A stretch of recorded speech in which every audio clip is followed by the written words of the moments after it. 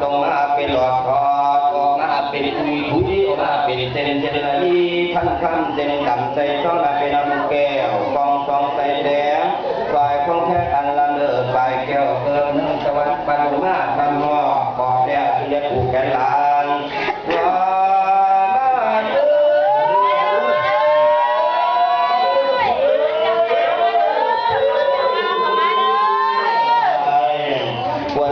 เป็นมุนน้ำสะใหญ่กินปลานั่นคอยมาสามันมีวันนี้คนเจ้าไปยืนหลวงคงกวางกินเผาคอยมาสามันมีวันนี้คนเจ้าไปนั่งกินเหล้ากับหมูฝูงผีคอยมาสามันมีวันนี้คอยก็ซื้อคนเจ้าเขามาอยู่ในที่นั้นก็จะได้มินซาซื้อคนเจ้ามาอยู่ในป่าก็จะได้มินมีคนกลับให้มาอยู่ตับเจ้าแดงรอบคนปอดคอยมาอยู่ปอดเจ้าแดงใสคนหัวใจให้มาอยู่หัวใจเจ้าจะได้เศร้าคอยก็ซื้อคนเจ้าของมาดูสู่ในที่ศาลมีวันนี้ว่า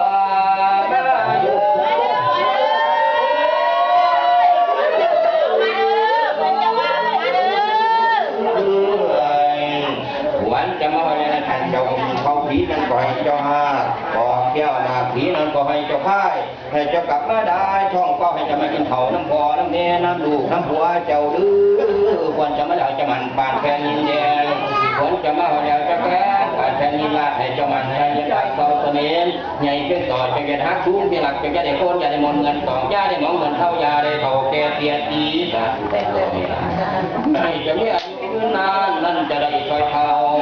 การต่อเท่าพันประวัติศาสตร์จากกาโรธรรมาวัดพันติอายุวโนตุขังพลังตัว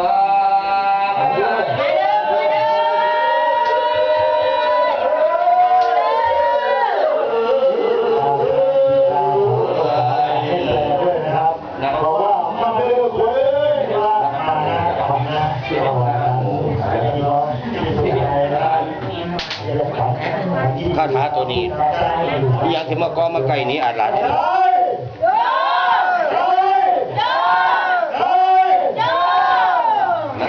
แขนก่อนอย่า